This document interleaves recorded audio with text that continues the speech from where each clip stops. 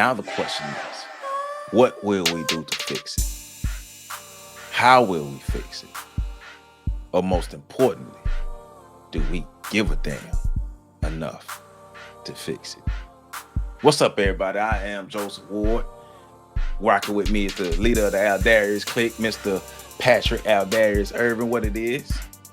What it do? Yeah, man. Welcome back to another episode of the Freedom Train Podcast series.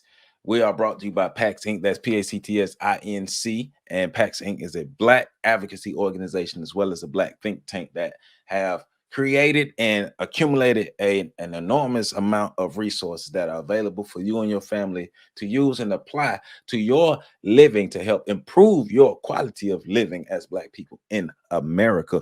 And it's also stuff to help you survive, thrive, and be alive. So make sure you visit the website at www.pactsinc.org. Once again, that's www.pactsinc.org.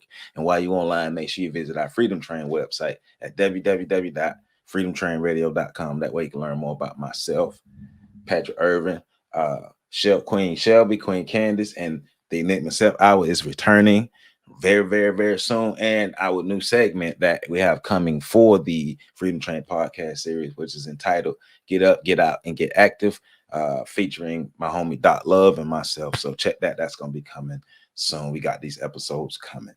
I was like, where the hell this intro come from? Oh, cuz we getting into this. Oh, okay. We getting into it. Okay. That's why I come from like that. We getting into it. Sometimes I got to get my CBS on, dog. I got to show my skills, my CNN, CBS skills. I can do it all, dog. Oh, you said CBS. I thought you said CVS. I was like, all right, what we going to the drugstore for? No, CBS as in balls in their jaws. Don't think I want that. Not you, but they. They as in the girl, them. Oh, okay. Them's this is. There you go. And sisters. So if you have been under a rock, which most people, I'm sure everybody in the world know about this, but the YouTuber,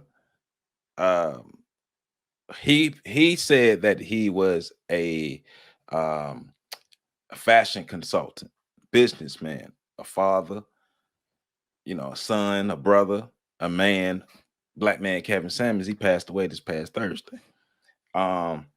Very controversial figure, especially in the Black community.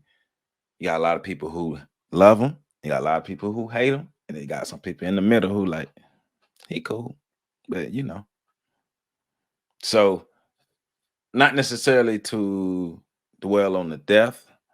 I think he came in and he did some work. He shook up the world. What you think, Pat? I think he shook up the world. He shook something up. I don't know if it was the world or a hornet's nest, but it definitely it got shook. Well, he made one thing he did do, make Black people pay attention to what we doing to each other. Again, that's debatable. Well, I mean, not saying he was the creator of it, but I'm not saying that he shook something, but judging from the celebrations and the but we finna get into that. Yeah, we finna get into that.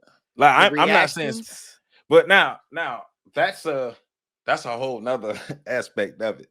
That comes from a whole nother aspect. But I'm just talking about just him. Like, you got a lot of, we seen he didn't start a movement, but he put energy behind the movement that took it to a whole nother level. And you got a lot of people who think because he's dead that it's over, but they don't really understand that this is just the start of something.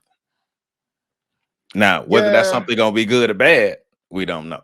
Yeah, that's yet to be determined. But I do think he did shed a light on a movement that was already growing and building. And unfortunately, a lot of people don't understand what that light is, because he himself said that he was not a part of the movement that he shed a light on and became an integral part of. Right. So it's going to be real interesting to see how the perceptions of the movement continue, because I agree with you, the movement's going to keep going. Yeah, it's going. And just to be clear, especially for the black community, the sister Shahrazad Ali in the early 90s with her book, The Black Man's Guide to the Black Woman. Um, was that the first one or the second one? I think it was the first.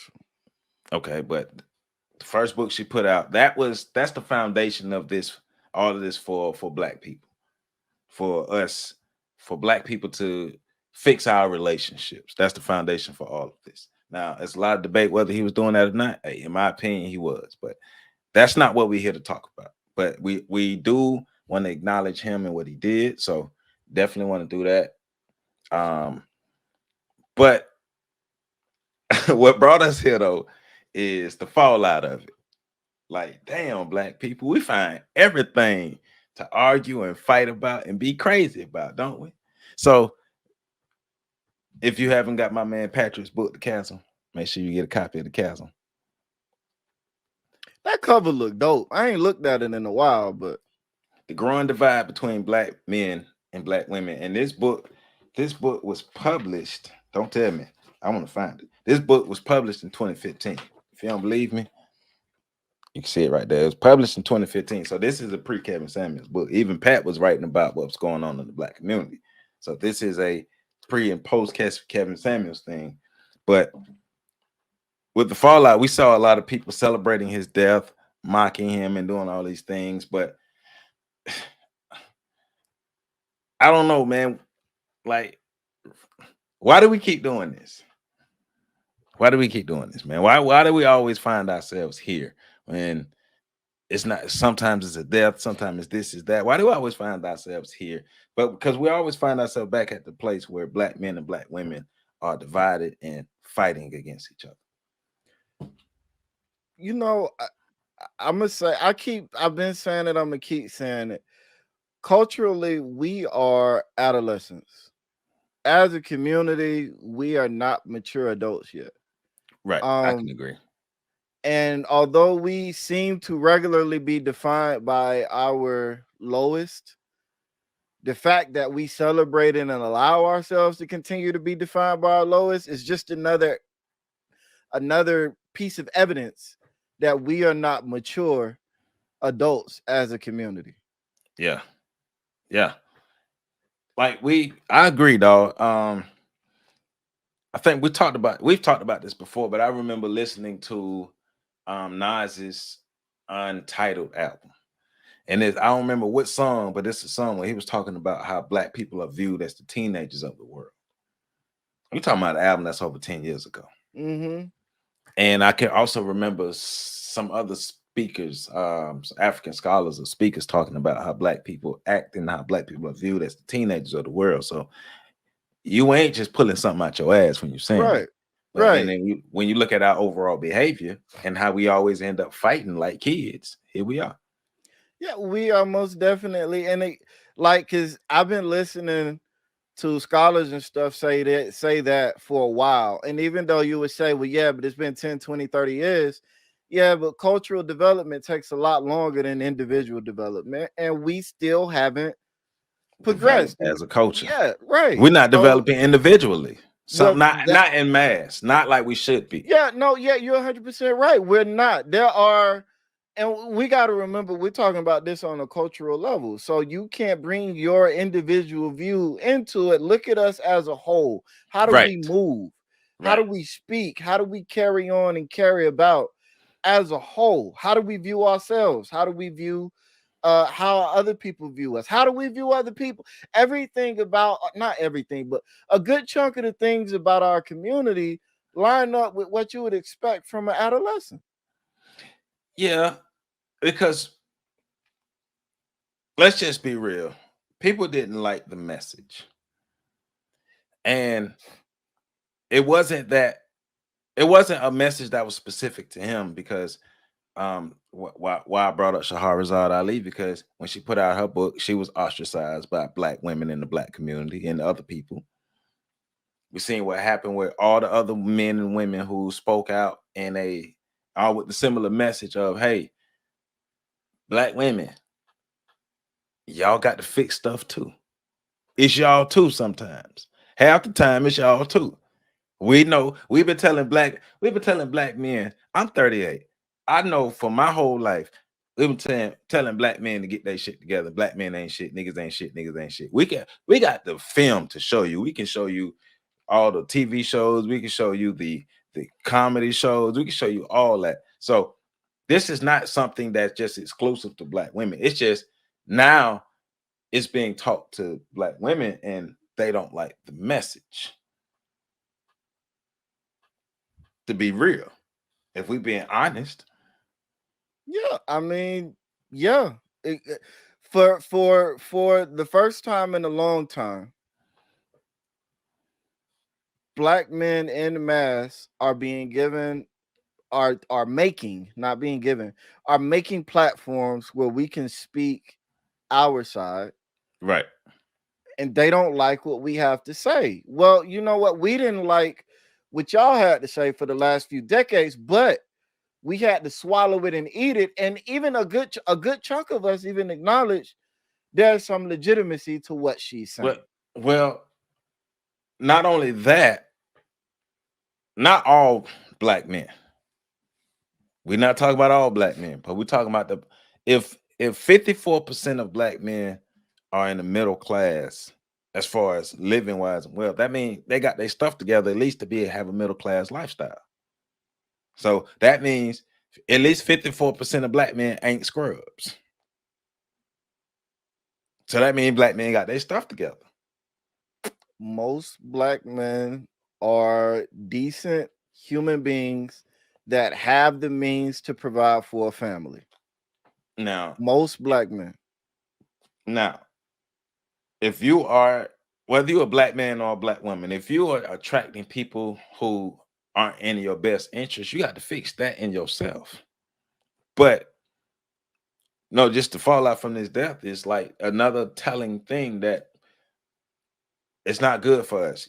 Like the conversation you and I was having the other day, you know, we keep having black scholars telling us that white America's falling, white America's falling, white America's falling. It's the end of white America. It's the end of white America. Well, we're fucked up. We totally dependent on white people.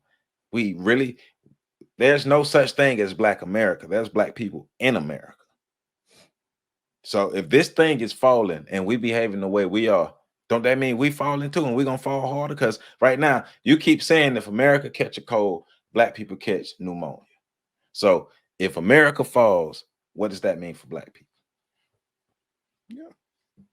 I mean, the sad truth is even in the fact that we're celebrating the death of somebody who we just didn't like their message, and most people don't even know what the message was. Let's be clear. Most of the people celebrating don't really know what the man was about. They heard one or two clips that they didn't like, and that was that. But that's why you bring up the Shahrazad Ali's, and even there have been some moments of Monique, Ayanna Vanzala, or whatever her name is. Like there's a strong line of just recently Tashina Arnold, Pam from Martin, she said something and they drug her ass. There's a long line of people, men and women, broke and rich, that are saying the exact same thing and that are getting drugged for saying it instead of people paying attention to the fact that they actually been saying it. Like what was just said. If most of the men are decent men capable of providing a nice middle-class lifestyle for a family, and most of the women still hold the view that there are not any good men out here, what is that saying? What is happening? What is going on in the miscommunication? Why is there a miscommunication? Those are questions that can't be asked and answered because we can't criticize a whole half of the community. Right. Shahrazad Ali said in the 90s that black women don't like to be corrected. She said that in the early 90s, in 90, like 92, 93 at the latest. Black women don't like to be corrected. And because that's my thing, it's like Yes, there are a handful of, and probably more than a handful of dudes out there that are just straight trash. And I'm talking about black men that are just straight trash. But guess what? Absolutely. Guess what? The girl who got the PhD in physics fucking them. The girl who got the PhD in pharmacy got his baby. And they fighting over him too.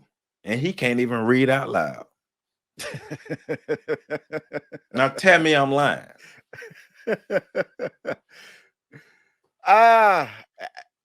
Knowing of a situation personally where two highly educated and by society standards highly successful black women are fighting over a dude that has nowhere near their qualifications. I can't.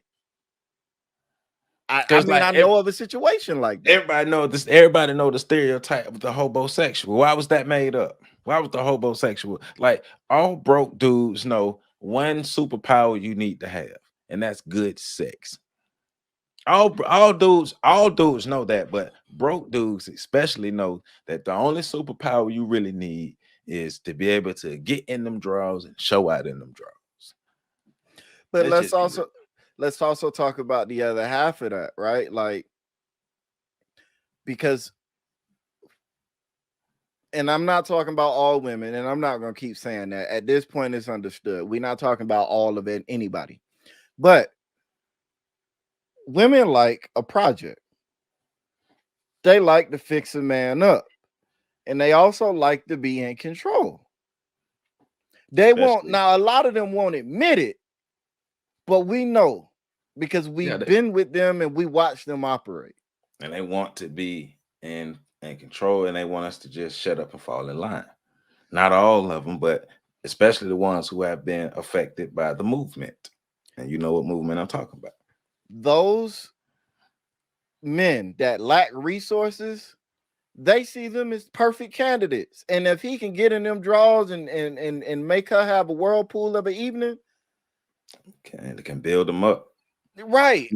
I was with, and then that gives them also the opportunity to say, I built him. I was a ride or die. I made him. These types of people that we seem to be en masse grooming our daughters to be are not the type of people that are even capable of being in a relationship with a man that's got his shit together. But that's me and you on the same wavelength, because I was just about to say, well, we got to talk about the simps then. Because the simps are enabling a lot of this childish behavior by a lot of these childish women. And childish men getting with childish women, and they making childish decisions over and over and over. Because we cannot talk about this. We can't be honest to talk about this without talking about people enabling the behavior. And those are the simps. Those are the simps. Men are in my opinion, I know we got a lot of problems on both sides. There are good people on both sides. There are bad people on both sides. Men, we still got to accept our role in driving this behavior. Like, dudes still losing their mind over an ass picture on Instagram. Right. Too many, like, oh, she thick. She looked like Kermit the Frog, though. But she fine though. She thick though. Wow. And so, you know, when I say it all the time, dudes nasty. They are. And I'm talking about me included. We nasty. And some of us will stick our meat in anything until you grow up. And that's the problem. It ain't nobody growing up. But the other problem is on either side. Right. That's why we're here. That's why we're here. Gender war. We got to have a gender war. We got to fight each other to cooperate. What type of dumb shit is that? Yeah, because the same, and it's sad at how we'll throw shots at each other. The same dude that'll criticize women for putting ass shots up will have a whole thing liking ass shots. Right. Right. That's have a whole post, a whole, like, if you check his recently liked things, it's all ass shots. So I ain't gonna lie. So, like, if you're on Instagram and you hit the search thingy, the search thingy is the algorithm is set to how you search. So if you hit mine, you're gonna see a bunch of chicks. you're gonna see a bunch of chicks that I like too. Why? Because that's what I be looking at. That's half the stuff I be looking at on Instagram. Probably 60% of stuff I look at on Instagram. I ain't even gonna front. Yeah. But at least I'm honest about it. I'm not gonna criticize no chick for doing whatever because I'm looking. And now, see, I'm the exact opposite though. I don't look, so I talk my shit. Now, after a while, you like, damn, well, okay. Damn. I mean, I like it, but damn, that's all you got? Like that's it. Okay. I like it though. Now I ain't gonna front, but damn, that's it. But it's just, I mean, I think we have to. Well, ain't no. I think we got to take an adult and realistic look at where we are and why we are where we are, and this fight for power has to end. Yeah. So we got black men who whatever power we think we have, black women with whatever power we think we have. It's like two dogs fighting over a bone with no meat. Just to say I have the bone, but the bone ain't got no damn meat on it. It ain't even a juicy bone. Like that's a dry ass bone. It's been out in the sun for weeks. Cause and me and you both disagree that white America's main issue right now is to take out black people. Me and you both disagree, and one of the reasons I don't agree with that. One of the reasons we disagree is we're not a threat. We can't even get along. Like why would we be a threat? Because what threat we have to them? We gonna out twerk them? Let me guess. We're gonna outdress white people, right? That's what they're afraid of us. How about our disparities? We're gonna out disparity them. We're gonna have more kids than them. I was gonna say because we can't more heart attacks them because we have more heart attacks than them, right? Yeah, I mean, well, I'm not even sure I guess percentage wise, but more diabetes. Like the most successful twerkers are white women. So we not gonna win no dance battle. We not gonna win no twerk off. But I don't. How can a group of people that can't even get along and build a simple family be a threat to anything or anybody? Why? That's more the illusion of powerfulness that we have. And the reason why we can't build real power is because we are not honest about the fact that we don't have it right now. Right. And we don't, I feel like right now, because we were just saying before on the show, like I'm beyond saying right now, look, I'm wary about finding a wife. I'm wary about it. Like I'm actively looking, but I'm wary about it. I'm starting to think that I won't be able to find a suitable black woman. And I don't want to think like that. You know, me and you have conversations like this all the time. So I'm not just saying this for the camera. You can vouch. Like I'm not just saying this. Like I want a black woman. I want to marry a black woman. That's all we've ever talked about. But I'm kind of weary right now. I ain't gonna front. Because my question is, what's the benefit? Is it worth it? Is there a woman? One woman that's good for me out there? That's gonna be good to me, and that not none of this bullshit, these short-term shits that we could build a lifetime of shit. And that's where I'll be honest about my response. The outlook ain't sunny, bro. I know. Like, nah, but since you're being honest about that, I gotta look for the in the current state of society, especially for a dude looking for an old school relationship, one where gender roles play a part. I do what I'm supposed to do as a man, you do what you're supposed to do as a woman. And those are defined by, tradition and blah, blah, blah. If you're that type of dude, good luck. Like it ain't a lot of them. And the ones that I have met, they married. Right. And they ain't going nowhere because they are those types of women. And the ones that are single, if like they're divorced or they're outside of childbearing age. So if you want a child because you ain't got none, good luck. If you already got kids and you ain't tripping about a woman having kids, you might could find something out there. You got a better field to play with for if you already have kids and it doesn't matter if she has kids or not. you got more options. Yeah, a lot more options, and that's just because of the nature of when the wall comes up and when all of these other things happen. But the fact of the matter remains, for any dude that's looking for like even with young men growing up and are excited about getting a girlfriend and starting a family, it's still kind of the same sentiment. Like, good luck, because Yeah. like what is she, what are you looking for a girlfriend to do? If Right. all you're looking for her to do is look good in some clothes, you can find that.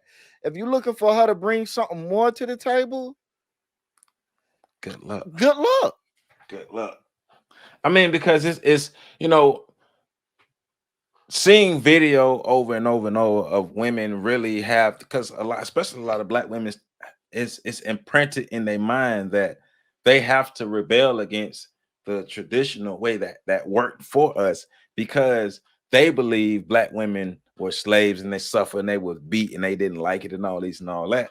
And to be honest, they really don't understand that a lot of these women who are telling them these stories, they're lying to them for the most part. Not saying these things didn't happen, but overall, they lying to them. Like I'm watching a broadcast of that the show, the Dana lady. I forgot the name of her show. Real Talk with Dana, and she got Judge Joe Brown on there. And so this is something I've heard before, but Judge Joe Brown defending Ike Turner's name and saying Tina Turner Hollywood conspired to lie on Ike Turner's name and his reputation. Like he wasn't that man that they said he was. Now I don't have no nothing to prove either way, but that's another thing, like the color purple narrative. It's just like the idea is I can't be like that because I want to be in power. I want to be in charge. And then they always say, well, what if I don't want to be like that because what if he leaves me and I have nothing? But baby, 80% of the divorces in the black community are filed by women. Men ain't leaving. Like I had a conversation with my dad. You know what my dad told a couple weeks ago? You know what my dad told me? My parents divorced. I'm 38 years old. My parents divorced when I was 5. You know what my pops told me? My pops said, son, I have no idea why me and your mama divorced. And Damn. right. And if we wouldn't have divorced, we probably would still be together right now. Well, those are some of the things that like are not being talked about in general. Right. Men, once a man marries you, the chances of the relationship ending on his word are slim. Like it's rare, comparatively speaking. Overwhelmingly, marriages end because the woman files for divorce. So unless you do something silly or crazy, like get caught cheating or beating on or something like that, because I mean, and I dig that. You if especially if the woman come to you from the jump and say, look, this is how I feel about cheating, and you cheat, she leave you shouldn't be surprised. If you beating on her and stuff, she leave you shouldn't be surprised. But right. But I'm talking about like as a woman, if you're married to your man, shorty, you cheating on him or doing something to severely compromise his identity and his manhood, he's not going nowhere. This narrative that you got to be prepared just in case he leaves you, this that's narrative bullshit. Right, like that's not happening by the numbers. Historically, at what point in American history did black men just leave black women in mass? Like at what point? And we speaking specifically in marriages. Right. Now, if y'all just boyfriend, girlfriend, that's all. We ain't talking about that. Now we talking about in marriages. That's a whole different thing. Everybody has the statistics to show that before 1960, black people in America were the most married people in America, and they stayed married. Everybody had a big mama. Like that's why when I was born, my grandmama was grandma age. I'm just, But after 1960, after the welfare and after Reconstruction and all these things, then they changing things. Hey, government assistance, and then black women starting like we got the video floating around YouTube of black women in 1986, teenage mothers in 1986 saying, "I don't need a man." 13 women sitting in the room. Only one woman in that room says she wants to be married. The rest of them say, "I don't need a man. I don't see why a man is important in this situation." And that's been the narrative, because there was a report come out, a study was done, I want to say 10, 15 years ago. Now I'll see if I can find it and link it. But that study showed that men were more likely to desire long-term relationships than women. And this was a study done 10, 15 years ago, which makes it 10, 15 years after the video you're talking about was produced. So for the last few decades, we have this body of work that says that men actually desire long-term relationships more than women, but the narrative is that men have commitment issues, men have this, men have that. Nah, Pookie and Ray Ray do, because they got options and all of y'all want them. That's why those dudes, if the average man don't have those options like that. Like think about the nature of men. Like when we find something we like, we stick with it. We really care. I don't care what it is. Like items on the menu, clothes, stuff like that, routes to work. When we find something we like, we stick with it until we can't do it no more. So why would that change in relationships? Now, is every man 100% of the board like that? No, but we also have statistics to show that there's a small group of men that women like, and a large group of women trying to get with the small group of men. And most of y'all messing with the same dude. So those dudes, yeah, them dudes ain't shit. Why? Because they don't have to be, because y'all gonna keep fucking them. Yeah, women have a type. All right. Right. Women, a generalized thick feet, type. Thick feet. So, and this ain't to disparage the type, it's just to show, like we can show statistically, women have a type. And dudes that match that type have got options. a better chance. Look, I'm not even. Yeah. Go ahead. I'm sorry. Go ahead. No, go ahead. I'm not even mad at women for liking men over 6 feet, because that's biological. Right. Absolutely. That break down the biology of women wanting men with the best physical genes. I understand that. But what I don't get is the unrealistic sense of you can only have 6 feet men. Well, but the problem is that it's unrealistic because most men are not 6 feet. Right. And so, like, anybody that wants to say that men have a type, we can say that's not true. You see women with no chest getting married. You see women with no ass getting married. You see fat women getting married, skinny women getting married, short, tall, ugly, blonde, brunette. You can't say men have a type on one end and then say men put their dick in anything on the other end. Right. Which one is it? Right. So, but you know but these are parts of the narrative these are parts of the truth that get blocked off by the narrative. Right. You know, the narrative that a woman in a relationship would always take care of her man's needs is not backed up by the truth. When you look at the truth, being that most married men are experiencing loneliness. Well, how is she taking care of all his needs if he's lonely? Bruh.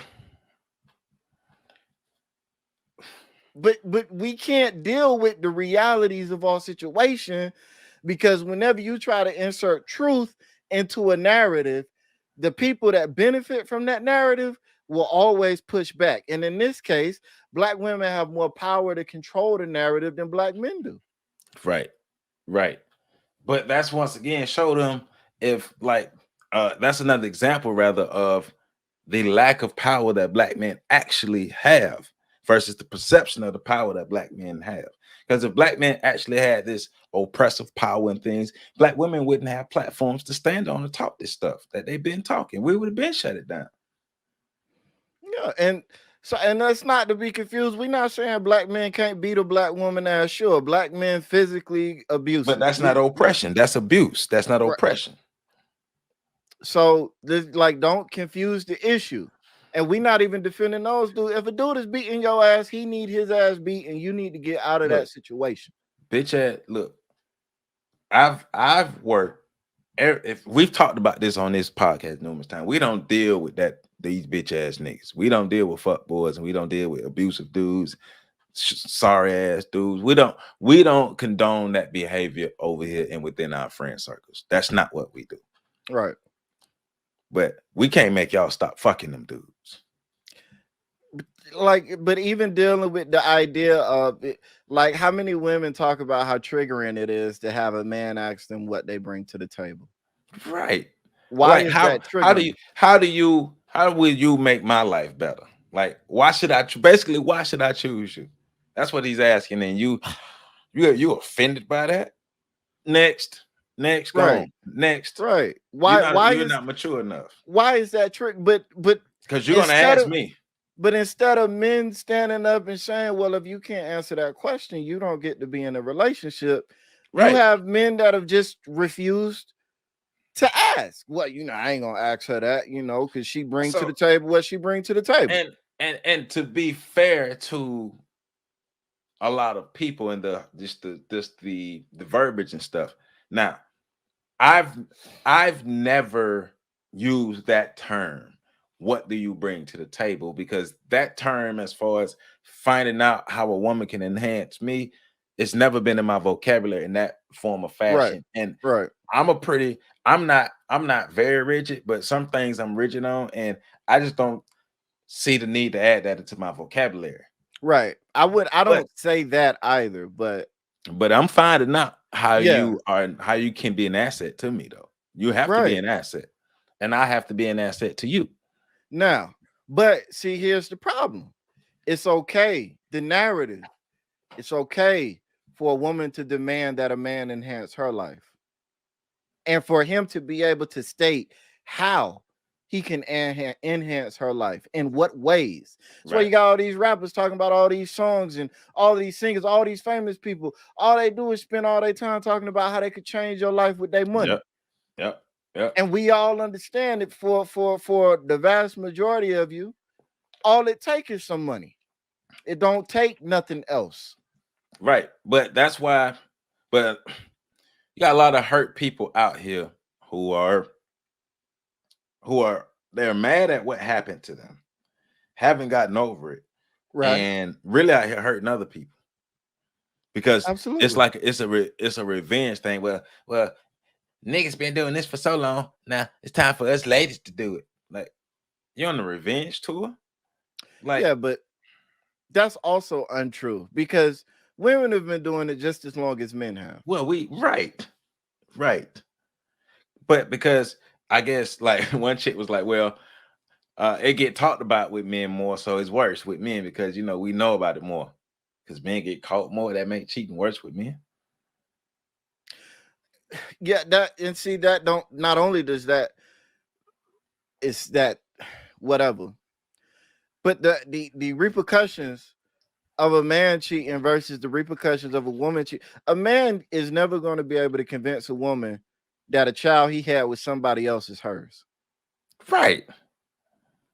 We got stories after stories after stories of men finding out that they full-grown children that they raised from birth to 30, 40, 50 years old is not their biological children. But these are the types of lies grandma was telling. But we don't talk about that. All we want to talk about is how grandpa had a whole other family that he was taking care of. You don't even know if grandpa is really your grandpa. Right. Like, biologically speaking. Right. And then at the funeral, you got all these children show up. Then you meet your other sisters and brothers or cousins and nephews because they was from Mr. Jim that your grandma was also hunching. Like, come on, man. Like, black men been cheating and black women been cheating. Like, let's stop acting like it's been one-sided the whole time. Let's stop it. Right. And that's the problem, because even when we having shows like this, we're men, obviously, so we see it from the view of men, but much of the narrative is in favor of women that when you try to correct the narrative, it comes off as women bashing.